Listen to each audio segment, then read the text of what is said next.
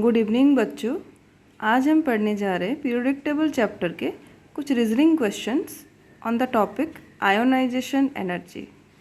सो बच्चों, first question है आपका, all the nuclear charge of boron is more than beryllium yet there is slight decrease in ionization energy from beryllium to boron, right. तो इसका मतलब है कि nuclear charge ज़्यादा है बोरन में बेरिलियम से। आपको पता है बोरन का जो एटॉमिक नंबर है वो 5 है, बेरिलियम का 4 है। And you should know the fact that with the increase in atomic number the nuclear charge increases. Okay, तो इससे क्या होगा, आपका जो आयोनाइजेशन एनर्जी है यहाँ पे स्लाइट डिक्रीज है from beryllium to boron. It should increase, instead of increase it decreases. So I am going to explain it. So पहले देखिए कि बेरिलियम का जो है उसका कॉन्फ़िगरेशन लिखो। इट्स एटॉमिक नंबर 4 है, 1s2 2s2 एंड बोरन का 5 है,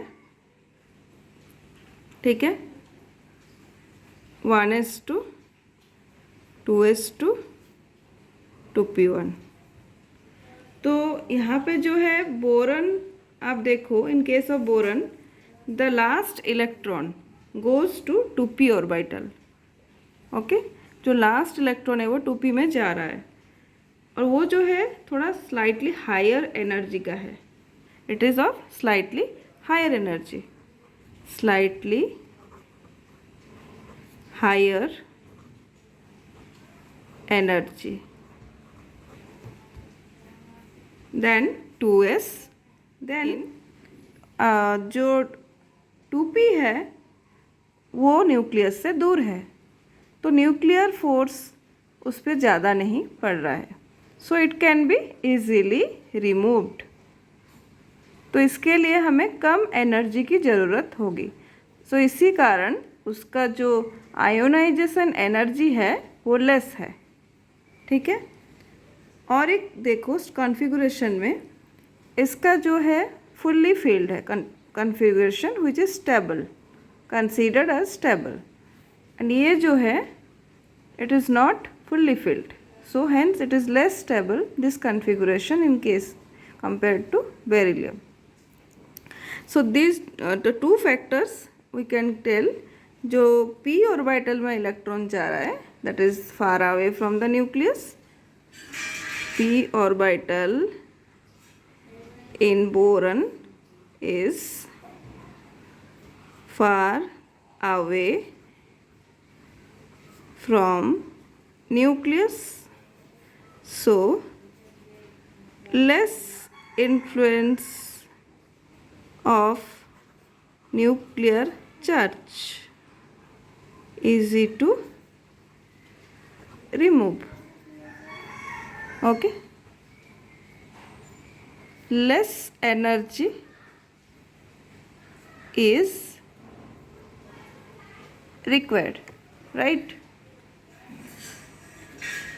और beryllium is stable configuration. Okay,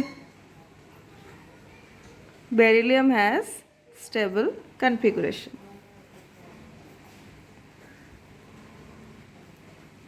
1s2 2s2. Boron, it does not have stable because p is having 1 electron and this is completely filled. s का जो capacity है आपको पता है 2 है, completely 2 उसी में है। जहाँ स्टेबल होने के कारण उसमें से इलेक्ट्रॉन निकालना थोड़ा डिफ़िकल्ट है। आप पढ़े हो जो स्टेबल कॉन्फ़िगरेशन होता है they require more energy for removal. Stable configuration of elements require more energy, right. तो इसी के कारण, इन दो फैक्टर्स के कारण बोरॉन का जो आयोनाइजेशन एनर्जी है वो कम है बेरिलियम से। ठीक है, ये आपका एग्ज़ाम में आता है। नेक्स्ट क्वेश्चन बच्चों देखो, oxygen the element next to nitrogen has slightly smaller ionisation energy as compare to nitrogen. Oxygen आपको पता है पहले नाइट्रोजन आता है 7 होता है, देन ऑक्सीजन उसका 8 है। ऑक्सीजन का ज़्यादा होना चाहिए आयोनाइजेशन एनर्जी अगर हम ट्रेंड को फॉलो करें तो, राइट। लेकिन आपका जो एक्सेप्शन है इधर ऑक्सीजन का कम है, तो क्यों हुआ उसको हम जानने की कोशिश करेंगे। तो चलो बच्चों हम स्टार्ट करते हैं। तो देखो यहाँ पे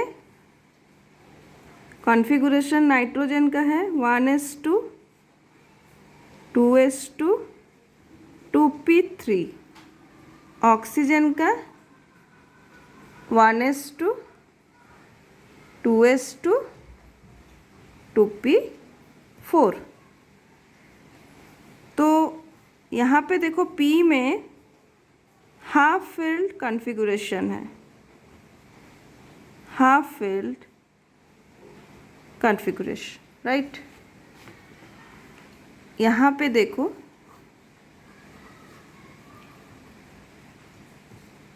here it is having more than half filled।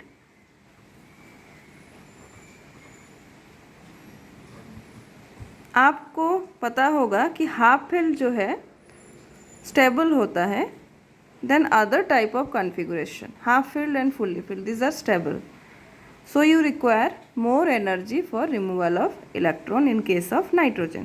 तो इसका हाई जरूर होगा due to the stable configuration in case it is having half filled. Oxygen में तो हाफ फिल्ड नहीं है, तो इधर कम एनर्जी रिक्वायरमेंट होगा, राइट। तो रीज़न आप क्या लिखेंगे इधर, half filled configuration is responsible for stability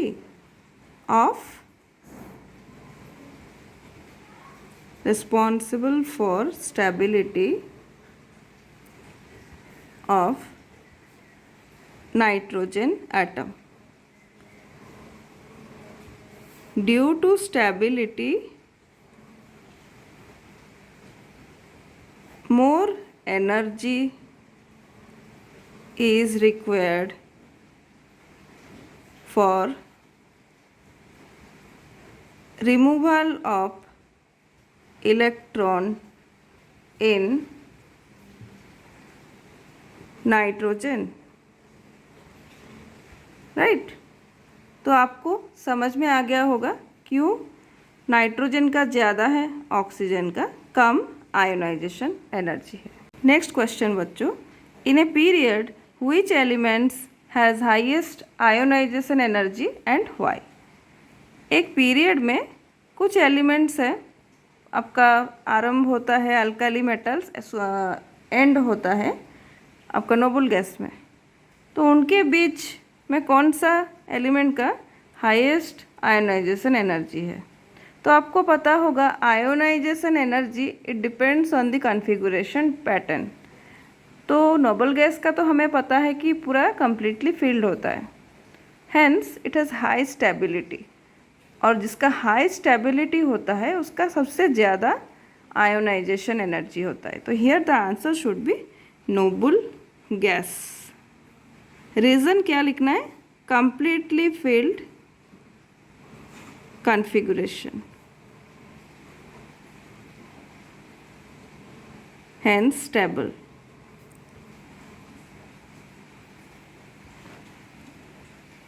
more energy required for removal of electron, required for removal of electron। ठीक है, नेक्स्ट देखो, which of the following pairs of elements would you expect to have lower ionization energy। ठीक है, तो मैंने दो pairs दिया है एक क्वेश्चन में, क्लोरीन या प्रोलीन किसका लोअर आयोनाइजेशन एनर्जी है। तो आपको पता होगा fluorine and chlorine both are halogens. तो हमको अगर जनरल ट्रेंड हम यूज़ करें तो generally down the group it decreases. So जो ऊपर सबसे रहेगा उसका जो आयोनाइजेशन एनर्जी होगा सबसे हाई होगा। जैसे ही हम नीचे जाएंगे उसका जो आयोनाइजेशन एनर्जी है वो कम होता जाएगा। तो answer should be here chlorine.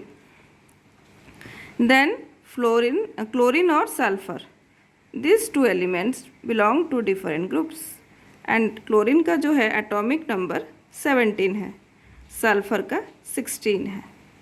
ठीक है, तो सल्फर इज़ इन ग्रुप 16। इसका जो कॉन्फ़िगरेशन है 1s2 2s2 2p6 3s2 3p4। ठीक है, क्लोरीन का होगा, क्लोरीन का कॉन्फ़िगरेशन है 1s2 2s2 2p6 3s2 3p5। तो यहाँ पे जो है सल्फ़र और क्लोरीन में कॉन्फ़िगरेशन अगर हम देखें पी का,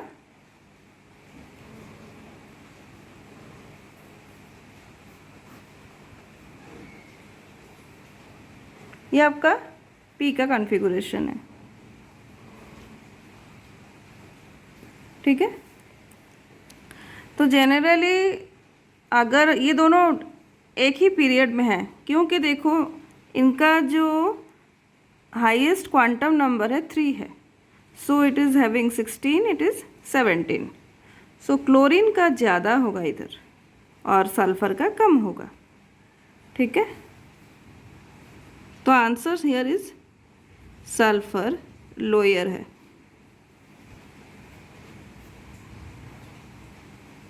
देन पोटासियम और आर्गन किसका कम है। पोटासियम का एटॉमिक नंबर कितना है 19 है, राइट। फर्स्ट आपका जो ग्रुप है उसमें ये प्रेजेंट है। आर्गन इसका 18 है, इट इज़ हैविंग 18। ये नोबल गैस एलिमेंट है। तो आपके मन में अभी क्वेश्चन होगा कि ये तो नोबल गैस है, तो इसका कम होगा या ज़्यादा होगा अगर हम इसके साथ कंपेयर करें, क्योंकि इसका देखो एटॉमिक नंबर 18 है, इसका 19 है।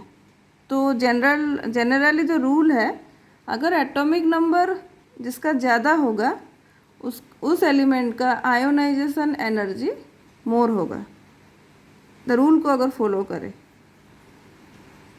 लेकिन बच्चों यहाँ पे एक एक्सेप्शन है।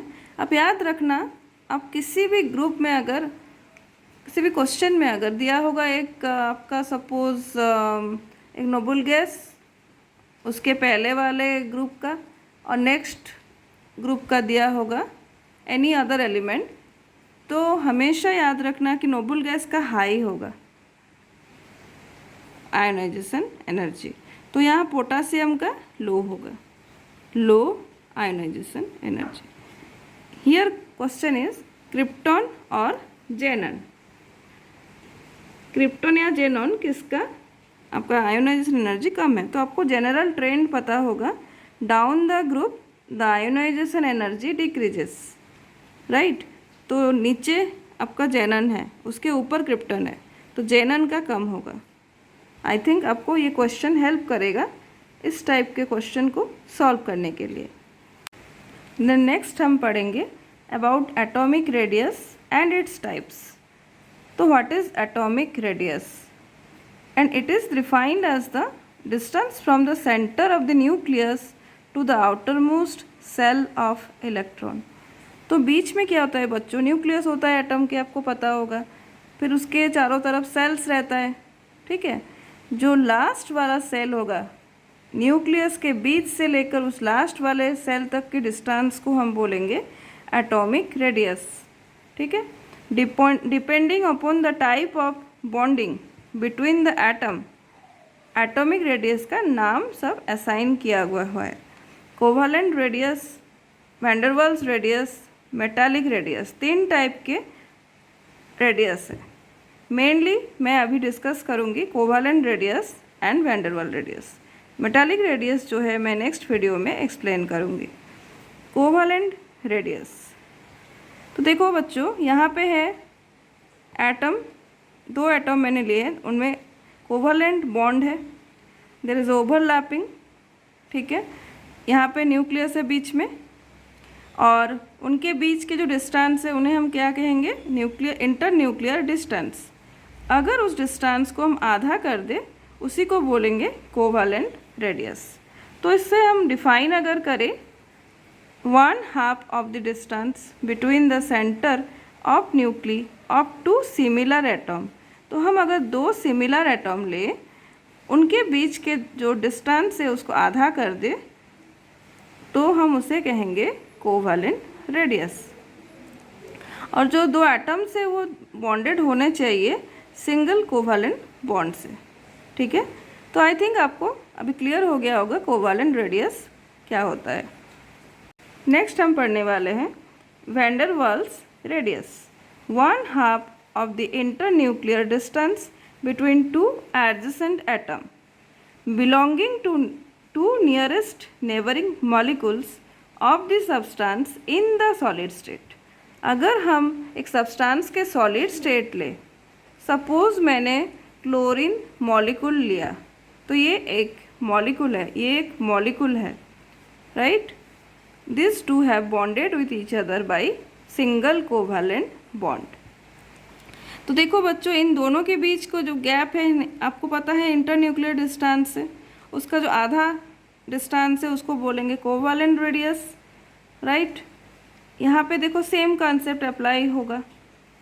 तो अगर हम इन दोनों को, तो अभी देखो ये जो एटम्स है इनके बीच का जो गैप है, ये दो adjacent atom, they are 2 different molecules का पार्ट है वो दोनों। इनके बीच के डिस्टेंस को अगर हम आधा कर दे, वो जो आधा पार्ट आएगा वो उसे हम क्या कहेंगे, van der Waals radius.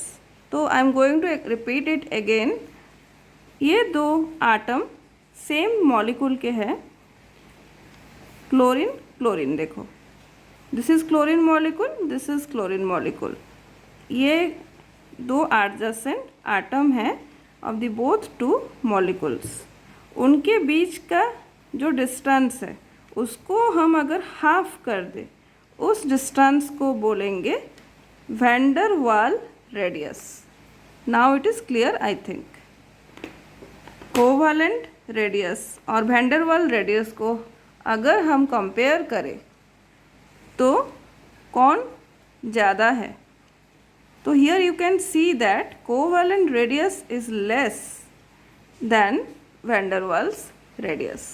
Next I am going to discuss about the variation of atomic radius across a period. In general, atomic radius decrease with increase in atomic number in a period, or down the group बच्चों it increases. Down the group the size of atom increases. सो बच्चों आज के लिए इतना ही। अब अपने सवाल comment section में पूछ सकते हो मुझे। धन्यवाद देखने के लिए। ऐसे ही देखते रहिए, सीखते रहिए और चैनल को सब्सक्राइब कीजिए।